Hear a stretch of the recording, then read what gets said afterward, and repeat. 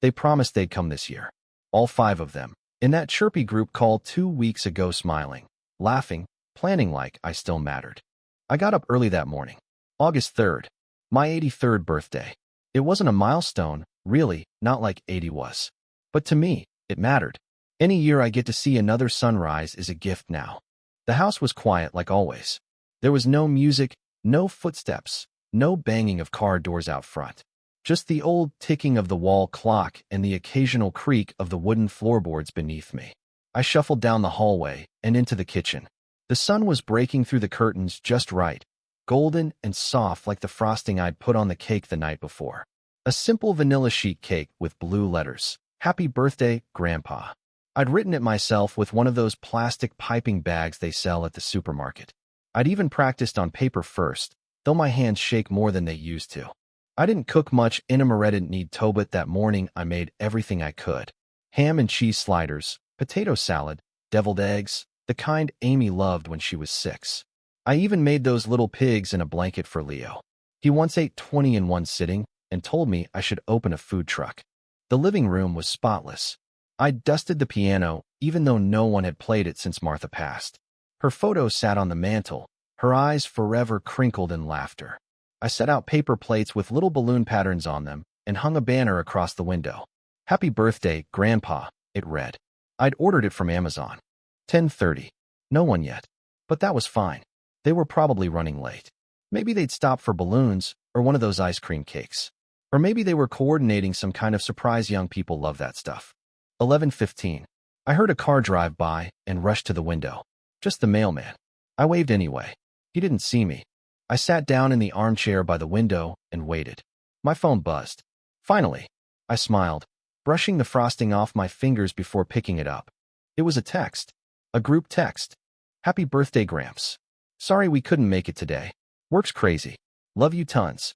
I stared at it. Just a message. One message. Sent by Amy. The others hearted it. That was it. The sun shifted in the sky, and the house got a little colder. I didn't reply right away. I just stared at the cake, at the 6 chairs around the table, at the banner swinging gently in the air-conditioned breeze. I should have known. Last year they called instead of coming. The year before, they'd sent flowers. But 2 weeks ago they swore they'd visit. Amy even asked if I still had that old chess set. Leo said he missed my grilled cheese. Ella laughed when I told her I'd made room in the fridge for her vegan salad nonsense. I stood up. My knees ached, as they always did, but not as much as my chest. I picked up the cake and carried it back to the kitchen. The letter, H, was smudged from where I'd touched it earlier. I sat alone at the table and ate a piece. Too sweet. Too soft. It stuck in my throat a little, like grief. They're good kids, I kept telling myself. They're just busy. Everyone's busy. That's life. But I couldn't shake the quiet. Couldn't ignore how loud it felt when no one showed up. Even the TV didn't help, though I left it on for background noise. Some game show host was shouting about prizes. I muted him. I opened the fridge and saw all the food. All the damn food. Who was going to eat it now? I hadn't even touched the deviled eggs. That night, I wrapped everything up in foil and Tupperware. The house smelled like a party that never happened. I shuffled to the bedroom, took off the paper hat, and turned off the lights. The next morning, I took the leftovers down to the shelter. It's not far, 10 blocks or so. I don't drive much these days, but the weather was nice and my legs needed the stretch. I packed everything into a cooler, set it in my old grocery cart, and pushed my way down the sidewalk. The wheels squeaked, and people passed without looking. I don't go to the shelter often. Maybe once every few months when I bake too much or find old coats to give away. But I know most of the staff by name. Marla at the front desk smiled when she saw me. Mr. Henley, you're a sight. What V you got for us? Birthday feast, I said. She blinked. Oh, whose birthday? I didn't answer right away. Just handed her the cake and the foil trays. She didn't press. They set everything up in the cafeteria. The shelter was full that day, mothers with kids, old men like me, a few teens with backpacks and hollow eyes. When they saw the food, their faces lit up like Christmas morning. Who made all this? One boy asked, maybe 12, chewing a slider with both hands. Just an old man with a stove, I said. He grinned. Happy birthday, mister. I nodded. Thanks, kid. I stayed a while, longer than I planned. Sat with a man named Curtis who used to work construction. We talked about the weather, the mayor, the price of eggs. He had kind eyes, rough hands. Lost his wife to cancer. Lost his home to medical bills. That's life, ain't it? He said. Yeah, I replied. Sure is. Before I left, a girl handed me a handmade card on scrap paper. It had crooked hearts and glitter on it. Said happy birthday in purple crayon. I took it home and put it on the mantel next to Martha. I didn't tell the kids about the shelter. Didn't seem necessary. A few days passed. No calls. No follow-up texts. Just silence again. I left the banner up. Part of me hoped someone might come by late, like they forgot and remembered midweek. But the banner started sagging in the middle, like it was tired too. Then, on Saturday, the doorbell rang. My heart jumped. I stood up too fast and had to hold the table for balance. My knees crackled like old firewood. I shuffled to the front door, straightened my shirt, and opened it. It wasn't any of them. It was a woman maybe mid-30s holding a clipboard and smiling like she practiced it in the mirror. Hi there, Mr. Henley. That's me. I'm from Silver Community Outreach. We're just checking in on local seniors. Seeing how you're doing, if you need anything. I looked past her. No one else was there. No vans. No grandkids in the bushes yelling surprise. Do I look like I need checking in on? She blinked, unsure. We just like to make sure folks have support, especially around birthdays. I noticed yours was this week. I sighed. Well, if you want a piece of cake 5 days old, I got some in the fridge. She laughed nervously. I'll pass. But, actually, I'd love to talk to you. We're launching a volunteer program. We match seniors with teens who need service hours or guidance. You'd be perfect. I leaned on the doorframe. You think I'm lonely? She hesitated. I think you might have something to offer. I like that better. She came in, and we sat at the kitchen table. She told me about the program. Kids who'd gotten into trouble, or who just needed an elder to talk to. Some had no grandparents. Some had never met a man over 70. Apparently, I was an endangered species. I don't know, I said. I'm not sure I've got anything left worth passing down. She tilted her head. You brought food to a shelter on your birthday. That counts. I didn't remember telling her that. Maybe Marla had mentioned it. Either way, it caught me off guard. I'll think about it, I said. And I did. For 3 days, I stared at the crooked birthday banner and the untouched food in the freezer. Thought about Leo and his big city job. About Amy and her nonstop schedule. About Ella and her Instagram stories I sometimes still check. They weren't bad kids, but they had their own lives now. So maybe it was time I made mine count for something again. The boy's name was Marcus, 14, wore headphones around his neck and smelled like cinnamon gum and laundry soap. He didn't talk much the first few visits, mostly nodded, grunted, or shrugged. The first time he came, he looked around my house like it was a museum, touched the piano keys, flipped through a National Geographic, pointed at a photo of Martha. That your wife? Was 49 years. He nodded. That's a long time. Felt short. He didn't ask more. I didn't offer. Week 2, I taught him how to make grilled cheese without burning the bread. Week 3, we played checkers. He beat me. I claimed I let him win. He didn't believe me. Then, one day in early September, he asked me something I didn't expect. You mad at them? Who? Your grandkids. For not showing up. I looked at him. He was staring at the fridge, at the taped-up group photo from Christmas 5 years ago. Amy in a red scarf. Leo holding the dog. Ella with pink hair. All of them younger, smaller, still orbiting around me like I was the sun. I said honestly. But being mad doesn't fill a table. He chewed his gum and nodded. Why didn't they come? They're grown. Busy. The world's faster now. I don't blame them for moving. Just wish they'd remembered to bring me with them. We sat quiet for a while. The kitchen clock ticked like always. You ever miss your grandma? I asked. He didn't answer right away. Then, she raised me. Died last year. I still hear her voice sometimes when I mess up. Good voice or bad voice? He smiled. Depends how bad I mess up. I laughed. Sounds familiar. Over the next few months, Marcus came by twice a week. We fixed up my old garden bed, planted tomatoes and green beans. I taught him how to change a tire. He taught me how to use TikTok. We posted one video making deviled eggs. It got 11 likes. I was a sensation, apparently. He started calling me G. Said it was cooler than Grandpa. I didn't argue. Fall came. The leaves turned like fire, and the air got sharp. I brought out the heavy coats. Marcus found my old chessboard and challenged me every visit. He got better. I did too. But some nights, I still felt it. That ache in the chest. The echo of a doorbell that never rings. That old feeling of waiting. Then Thanksgiving rolled around. I didn't expect much. The kids were in different states, different lives.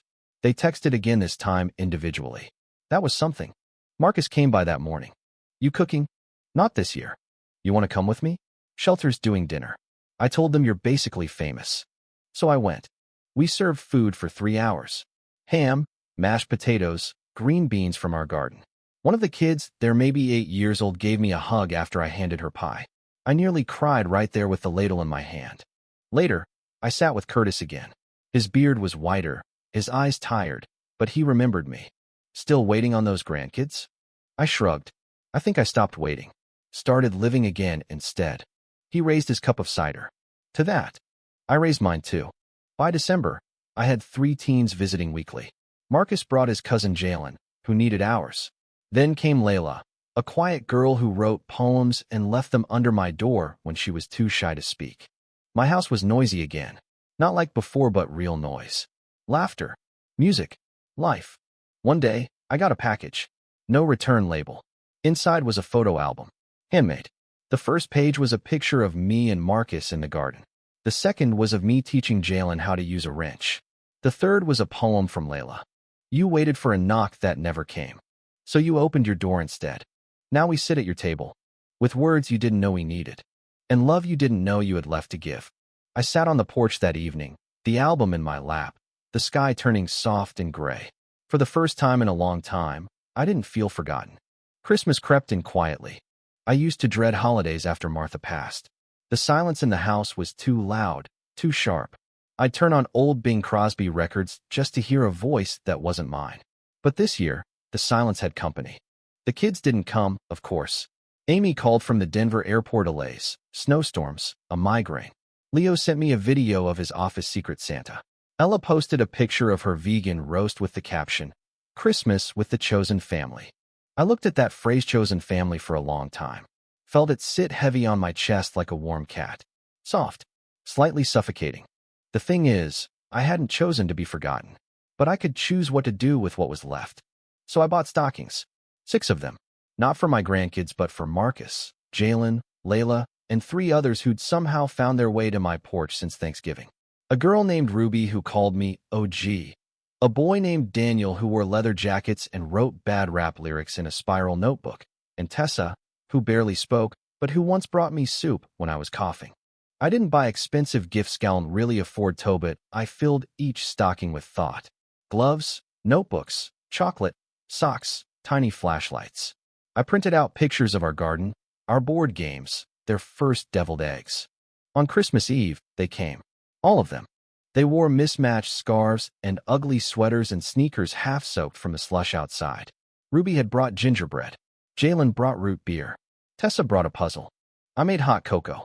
We played charades. Layla read another poem, this one about a fireplace that never went out. Marcus helped me tune the old radio and found a station playing jazz Christmas songs. We didn't open the stockings until after dark. When they did, there was this moment short, maybe 2 or 3 seconds where none of them spoke. Just stared into their own little bundle of small gifts. And then, one by one, they looked at me. You made all this? Marcus asked. I did. Why? Daniel said, more confused than ungrateful. Because no one ever taught me how to stop caring, I said. No one laughed. They just nodded. The kind of nod that means I get it even if I don't know how to say so out loud. The next morning, I sat on the porch with a blanket around my legs and a steaming cup of coffee in my hands. Snow fell soft and slow. The world was quiet, but not empty. A car pulled up. I recognized it instantly, Leo's black Honda. I blinked like I couldn't believe what I was seeing. He stepped out, sunglasses in his hand, looking unsure. Dad, he called. I didn't correct him. I hadn't been dad in a while. Grandpa, I said. He walked toward me, hands buried in his coat pockets. I stood, knees aching, but I didn't care. I was nearby, he said. Figured I should stop. You figured right. He glanced around the porch. Looks nice. You've been decorating. I gestured to the house. Got some help. You know how kids are. He smiled a little. Got time for one more? I nodded, throat tight. Always. We sat side by side.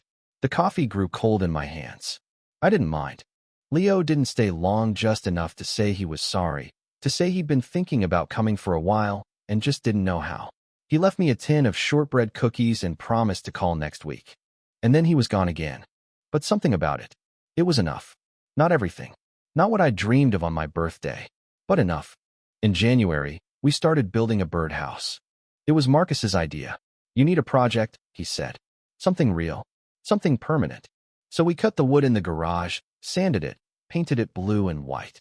I taught him how to measure angles, how to read grain, how to spot a knot before it ruined your cut.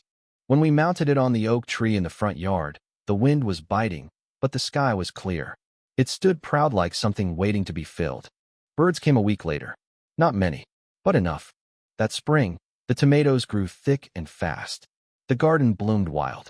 Ruby helped me build a second bed. Layla made little signs for each plant. Basil smells like love, mint and steal me. Tomatoes grown with Grandpa's sarcasm. I still thought of the grandkids sometimes. Still checked Amy's Facebook, watched Ella's stories, clicked on Leo's LinkedIn updates. I didn't expect visits anymore. I didn't need them to show up to know I still mattered. The house wasn't full like it used to be, but it was alive. Some mornings, I'd wake up and hear laughter from the backyard or the thump of sneakers on the front steps. I'd hear them shouting, debating, singing, joking. Not my grandkids, but my kids all the same. Chosen, just like Ella said. And for the first time in years, I didn't feel like I was waiting for something better to happen. It was already here, in the dirt under my nails, in the crooked birdhouse, in the crayon poems, in the secondhand love that turned out to be just as real. Spring turned to summer faster than I expected. The garden exploded in color-bright reds from the tomatoes, deep greens from the vines, and cheerful yellow bursts from the wildflowers we hadn't even planted. Tessa said they'd blown in from the wind, that nature had a way of sneaking in beauty when you least expected it. I started leaving the front door open. Not all the way, just enough so they knew they could walk in without knocking. And they did. Almost every afternoon, one or two of them would drift in like birds returning to a familiar branch. Sometimes they brought homework. Sometimes they brought nothing but stories. Sometimes they brought silence, which I found I didn't mind nearly as much as I used to. One hot Tuesday in June, Layla showed up in tears.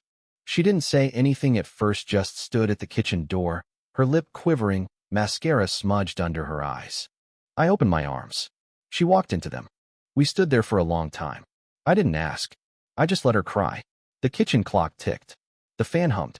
Outside, the wind rattled the garden gate. Finally, she whispered, "My dad left again." I nodded. "Again?" She nodded. "I'm sorry." She didn't respond. Just stood there, breathing in my old flannel shirt, hands clenched into fists. When she pulled away, I handed her a glass of sweet tea and said, "Help me pick the beans. They're getting cocky out there." She gave me a tired smile. Cocky beans. The worst kind. We picked in silence. That night, she stayed for dinner. We didn't talk about her dad again. The next morning, I found a folded piece of paper on the porch swing. It read, "Sometimes home is a person. Sometimes it's a place. Sometimes it's just a garden. And hands that give you space." She signed it with a tiny sunflower doodle and left no name. I pinned it on the fridge next to the Christmas poem. By mid-July, I'd become a regular feature in all their lives. I'd helped Daniel apply for his first job stocking shelves at the local hardware store. I'd gone to Ruby's open mic night and clapped the loudest. I'd watched Jalen finish a puzzle in one sitting. I'd taught Marcus how to write a proper thank you note, and we mailed one to Gotherdo, his old math teacher, just because. But something else had shifted too. The house had begun to hold them. Not just their shoes by the door or their voices in the hallway, but their presence. Their stories. They're growing.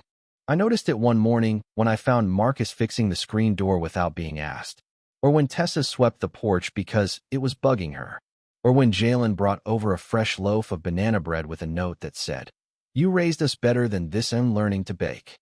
It wasn't just them coming to me anymore. It was them taking ownership of the space. I hadn't realized how much I'd missed belonging to someone. In August, just before my 84th birthday, Amy called. She hadn't called since Christmas. I recognized her voice immediately. It was thinner than I remembered, but still bright, like she was always half smiling. "Hi, Grandpa," she said. "How are you?" "I'm good." There was a pause. "You sure?" "I'm sure. I've been meaning to call." I saw the garden photos Marcus posted. I didn't even know you were on TikTok. I chuckled. Neither did I, really. Kids dragged me in. Another pause. I'm sorry we didn't come last year, she said. You texted. I know. It wasn't enough. I didn't respond right away. You don't have to explain, I finally said. I think I stopped waiting for explanations a while ago. Her breath caught. That sounds sad. It's not, I said. It's peaceful. She was quiet for a long time. Then she asked, would it be okay if I came this year? That surprised me. Not the question but the tone behind it. Like she wasn't sure she still had the right to show up. You're always welcome, Amy. What day is the party? I looked at the calendar. August 3rd fell on a Saturday. Well, I said, we're making deviled eggs. Might be a full house. She laughed. I'll bring balloons. That birthday, the house was truly full. Amy came. She brought her 2 boys, my great-grandsons, who I hadn't seen since they were toddlers. They ran through the house like it belonged to the man, I guess. In some way, it did. Ella called from Oregon. We FaceTimed, and I showed her the birdhouse and the garden. She said she was proud of me. I told her I'd finally tried tofu. She laughed until she cried. Leo sent a handwritten letter. Said he was sorry he hadn't come, but that he hoped I'd forgive him for building his own messy little family too far away. He said the thing I taught him how to always cut tomatoes with a serrated knife had stuck with him more than I'd ever know. I read the letter out loud after dinner. The teens me new kids sat in a semicircle around the living room, plates in their laps, cake in their mouths. They listened like it mattered. Because it did. Marcus stood up and raised a glass. To Grandpa, he said, and to the house that let us grow up twice. They all cheered. Even Amy. After they left, I walked through the empty rooms, feeling the echoes bounce off the walls, joyful, lingering, real. The banner they hung this time was hand-painted. Happy birthday, G. Summer ended, as summers do not with a bang, but with a subtle change in the air. The wind shifted. The light slanted just a little differently across the floorboards in the morning. You learn to notice these things when you've seen 84 Augusts come and go. The teens me kids started coming by less. School was picking back up. Jobs, sports, college applications. Marcus had a part-time job at a bookstore now. Ruby started dating someone. Jalen was prepping for trade school. Layla got a poetry scholarship and was moving out of state. They were growing, changing like they should. And still, they made time. Not as often, not all at once. But enough. They never said goodbye. Only, see you soon, G. One Tuesday, I sat alone on the porch, watching the streetlights flicker on. No one came that night. No knock at the door. No laughter spilling down the hallway. And I was okay. Truly. Because the silence wasn't empty, Anna Maria, it was full of all they'd left behind. The echoes, the stories, the care. That night, I took out an old notebook Martha and I used to use for grocery lists. I flipped to a fresh page and wrote at the top, if I don't make it to 85. Not out of fear. Not because I felt ill. But because when you're this age, you start preparing in quiet ways. Like cleaning out drawers, or labeling keys, or writing the words that need saying before it's too late. I made a list. Marcus, my tools. And the chess set. Teach someone else. Layla, the garden notebook. Keep writing poems. The world needs your softness. Ruby, the record player. And the Billie Holiday vinyls. Dance when you feel alone. Daniel, the garage radio. You always knew how to fix broken things. Keep doing that. Tessa, the porch swing. You belong in spaces that hold you gently. Jalen, the kitchen knives. Keep cooking. Food saves people. And last, to Amy, Leo, and Ella, I forgive you. And I love you. I always did. Even when you didn't come. Even when I felt forgotten. You are part of me, always. I closed the notebook and placed it on the mantel. Next to it, I put the crayon poems, the thank you letters, the photos from the shelter, the puzzle box, the worn garden gloves. That was my life. Not flashy, not perfect, but rich in the only way that mattered: connection. In October, I had a fall. Nothing dramatic. I just reached too high for a jar of lentils and slipped off the step stool. The sound of my hip hitting the tile echoed like a gunshot. I lay there for 23 minutes before I got to my phone. I didn't call 911. I called Marcus. He answered on the first ring. Gee, I think I did something dumb. He was at my door in 6 minutes flat. The hospital said it was a hairline fracture. Marcus stayed with me until after midnight. We played chess on his phone, and he told me about a girl he liked at the bookstore. Her name was Lonnie. She had green eyes and liked dusty old maps. You gonna tell her how you feel? I asked. He shrugged. Maybe. She likes poetry. Think I should show her Layla's. Show her yours. He looked startled. I don't write poetry. I smiled. You've been living it for the last year, kid. I was back home by Friday, bruised but upright. The kids took shifts checking in on me. Ruby brought me soup. Jalen installed a railing in the bathroom. Daniel fixed the screen door again without being asked. Amy sent flowers. Ella sent a book of short stories. Leo texted, asking if I wanted to come visit them for Christmas this time. I didn't answer right away. I sat with the offer. I thought about the long flights, the unfamiliar guest rooms, the polite small talk and plastic plates. And I thought about the garden and the porch swing and the 6 mismatched chairs around my kitchen table. I wrote back 2 days later. I'd love to visit, but this year, I think I need to stay home. You're welcome to come here if you want to remember how it feels to slow down and sit still. Love, Grandpa. Leo replied within 10 minutes. We'll be there. All of us. Christmas came with real snow that year. The kind that makes the world quiet, like someone turned the volume down on everything but the important parts. They all came: Amy, Leo, Ella, and the boys. They brought too many presents, too much food, and more apologies than I could hold at once. But I didn't need their apologies anymore. What I needed was what they finally gave me. Presents. They helped hang lights on the porch. They took turns stirring the gravy. They laughed with Marcus and Ruby and Tessa, who dropped by with banana bread and stayed for dinner. They listened to Layla read a new poem. They clapped when Jalen served his sweet potato casserole. They helped Daniel shovel the walkway without being asked. For the first time in years, the house held all of them. Old and new. Blood and chosen. The family I had and the family I built when no one came. After dinner, we sat in a circle, tired and full and warm. Amy asked, "What's your favorite Christmas memory, Grandpa?" I looked around. This one. A week later, I walked through the garden. The plants were brittle now, the dirt cold and bare. But I still saw life there. The way roots sleep through the winter, knowing spring is coming. I stood at the birdhouse and watched a cardinal land on the roof. Bright red against the white snow. Bold. Certain. Present. When I went inside, the house smelled like cinnamon and pine. On the mantel, next to the notebook, a new note had appeared. In Marcus's handwriting. You kept the porch light on. That's how we found our way. Now it's your turn to rest. We'll keep it burning. Always. I sat down. Not because I was tired, but because I was full. Full of everything that had once been missing.